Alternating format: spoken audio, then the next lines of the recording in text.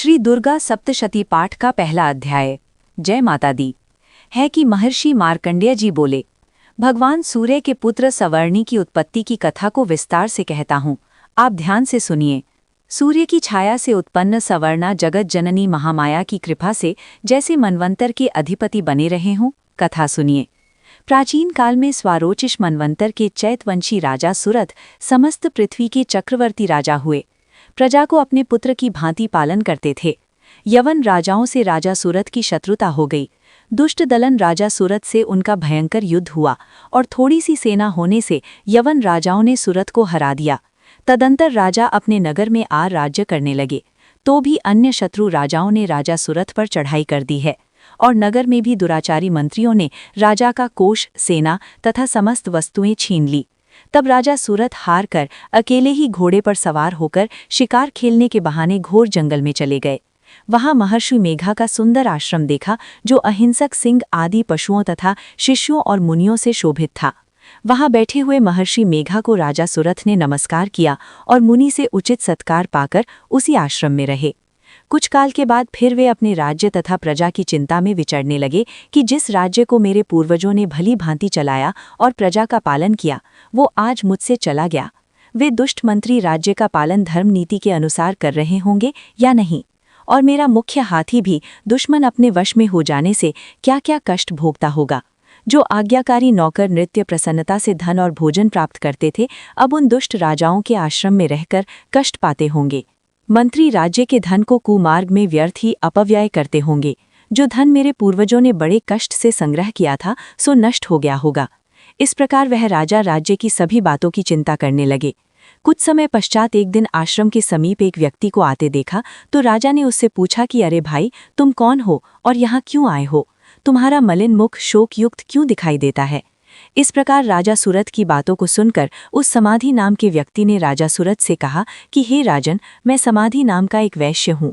मेरा जन्म धनवान कुल में हुआ। मेरे दुष्ट स्त्री पुत्र आदि ने मुझे धन के लोभ में घर से निकाल दिया है।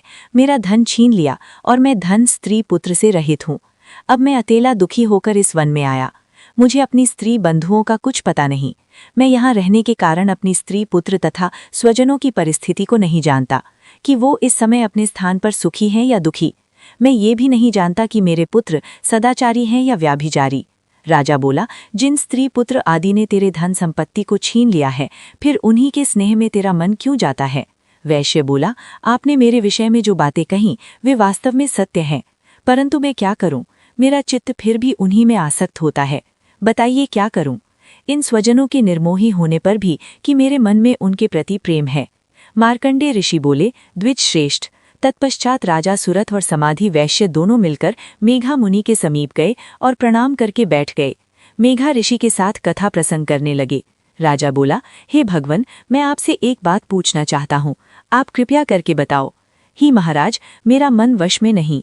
इससे मन दुखित गए हुए राज्य तथा अन्य सभी स्त्री पुरुषों बंधुओं की ममता मुझमें अभी तक बनी हुई है।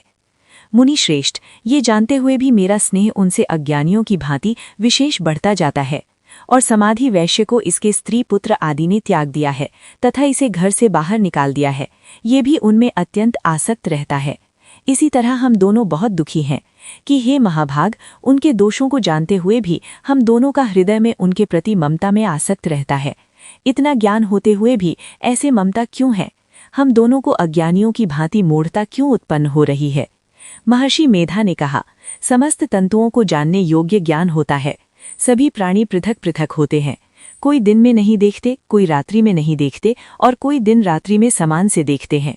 पुरुष ज्ञान युक्त है, ये सत्य है। इसमें संदेह नहीं कि केवल उन्हें ही नहीं, सभी पशु पक्षी मृगादि ने भी मनुष्य की भांति ज्ञान होता है। ये स्थूल ज्ञान होता है। जैसा मनुष्य में आहार आदि की इच्छा उत्पन्न होती है, वैसी ही पशु पक्षी आदि में भी आहार विहार निद्रा मैथुन आदि की इच्छा बहुत होती है। भूखे होने पर भी ममतावश अपने बच्चों को चूंक देखकर प्रसन्न होते हैं। हे राजन, मनुष्य भी अपने पुत्र पौत्रों से इसी भांति बर्ताव करते हैं। वे पालन पोषण इस इच्छा से करते हैं कि जब हमारी वृद्धावस्था आएगी तब हमारा पालन पोषण वे करेंगे। क्या ये तुम नहीं देखते कि पुत्र आदि इनका भरण पोषण ना भी करें तो भी माता पिता करते ही हैं, क्योंकि विश्व की स्थिति को रखने वाली महामाया के प्रभाव से वे मोह के गड्ढे में डाल दिए गए हैं। इसमें कोई आश्चर्य नहीं है, क्योंकि ये भगवान विष्णु की योग निद्रा है जिससे संसार मोहित हो जाता है। ये भगवान की महामाया है। वह भगवती देवी बड़े ज्ञानियों के चित्त को जबरदस्ती की मोह में डाल देती है। इस देवी ने ही चराचर विश्व को उत्पन्न किया है, और यही देवी प्रसन्न होकर भक्तों को वरदान देती है जिससे मुक्ति मिलती है। वही मुक्ति की परम हेतु और सनातनी ब्रह्म ज्ञान स्वरूप विद्या है।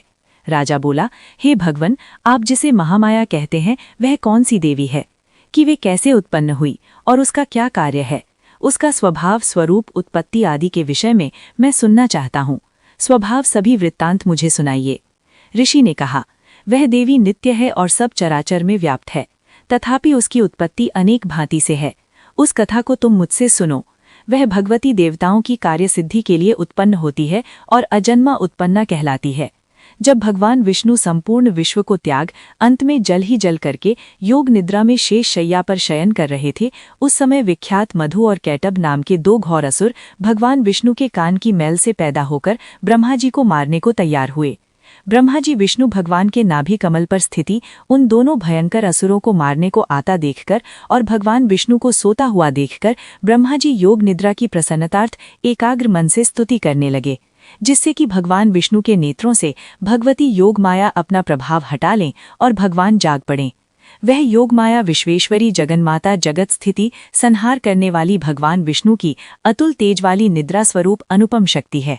ब्रह्मा जी बोले, हे महामयी, तुम स्वाधा हो, तुम स्वधा हो, तुम वशिष्ठ काटस्वार हो, अमृत भी तुम ही हो, अक्षरों में स्वर तुम ही हो, तथा नित्य आदि मात्रा भी तुम ही हो।